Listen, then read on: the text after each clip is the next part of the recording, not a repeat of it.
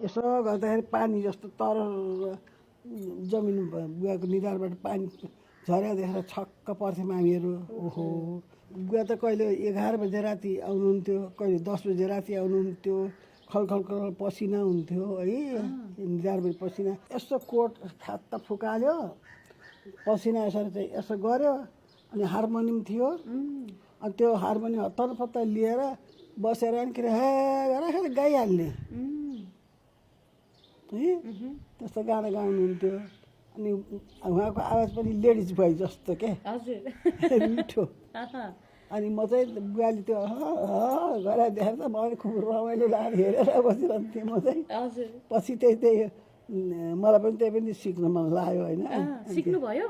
सिकेँ। हजुर, केही सकिन्छ अहिले बुवाको केही कृतिहरू? अब जस्तो उहाँले लेख्नुभएका कतिपय गीतहरू चाहिँ आज धेरै गायक गायिकाहरूले गाउनु भएको छ होइन, जुन एकदमै अहिले पनि चर्चामा छ। बुवाले त्यति बेला लेख्नुभएका केही चिजहरू हजुरलाई याद छ अहिले?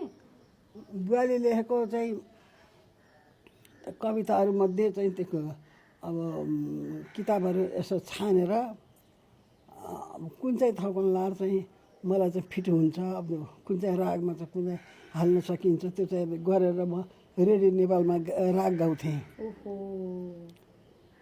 हजुर हजुर। थोरै केही सम्झना छ अहिले? गाउन सक्नुहुन्छ थोरै केही? कहाँ सक्नुहुन्न है अहिले त। म त पछि दमको बिमारी भयो मलाई। मैले राग चाहिँ उहाँ त उसमा गुजरातमा गएर सिकेँ। 7 वर्ष जति त्यहाँ बसेँ। अनि त्यसपछि यहाँ आएर चाहिँ त्यता सांस्कृतिक संस्थानमा चाहिँ मैले काम गरेँ।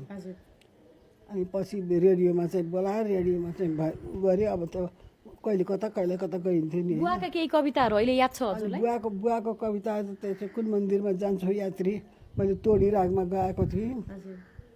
अनि त्यस्तै बुवाको धेरै, अब किनभने उहाँबाट पहिले त हिन्दीमा गाउँथेँ त्यहाँ यहाँ मानिसहरूले। पछि चाहिँ थौकल्लार त म आएको टाइममा चाहिँ के भएको थियो भनेदेखि नेपालीमा राग गाउनुपर्छ भनेर चाहिँ यस्तो भएको हुनाले अनि त्यसलाई मैले चाहिँ नेपालीमा चाहिँ गरेर अनि नेपालीमा राग गाउँथेँ।